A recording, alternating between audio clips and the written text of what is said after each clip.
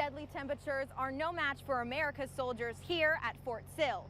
I talked to Drill Sergeant Jones about how the Army is keeping their trainees safe and cool this summer. Trainees at Fort Sill Army Base are feeling the heat as temperatures in southwest Oklahoma continue to bake the state. As reports of heat-related injuries continue to grow these summer months, we visited one unit to see how Fort Sill is keeping soldiers sharp and safe. So heat mitigation is actually one of our greatest adversaries for training trainees here in basic combat training.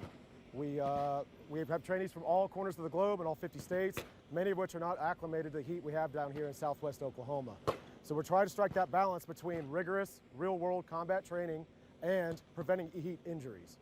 The Army has a large range of cooling practices from decades of service, some as basic as monitoring hydration and calories. Drill Sergeant Casey Jones says one of the most essential techniques is wet bulb readings, which measure heat index, humidity, and its impact on soldiers. So you can take a combination of the readings from all three of these thermometers and apply them on this sliding scale, and you come up with a final heat category.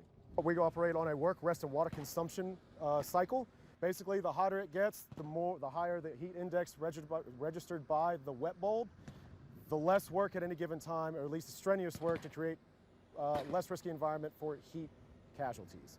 Readings from the wet bulb determine water intake, uniform status, and allowed rest time in advanced cooling areas. So this is actually what we use, what we call a cooling tent, or a bubble tent, if you will. It's actually an inflatable beam tent, much like a bouncy house without the fun, that has a trailer-mounted AC system that pumps cold air directly in and is perfectly sealed and insulated with 3 layers. While some techniques depend on scientific readings and technology, Jones says some of the best methods are the classics.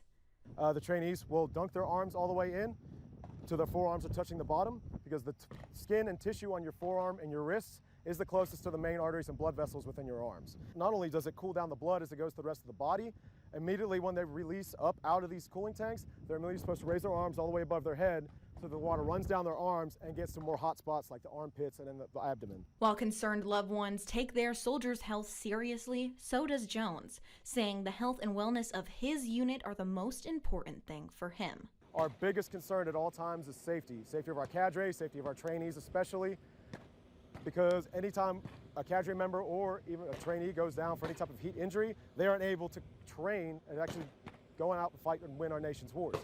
So we take this very seriously. We know the greater American public trusts them with our sons and daughters, and we very much appreciate that trust and do not want to betray it.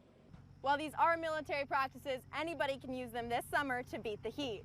Reporting for 7 News, I'm Victoria Anderson.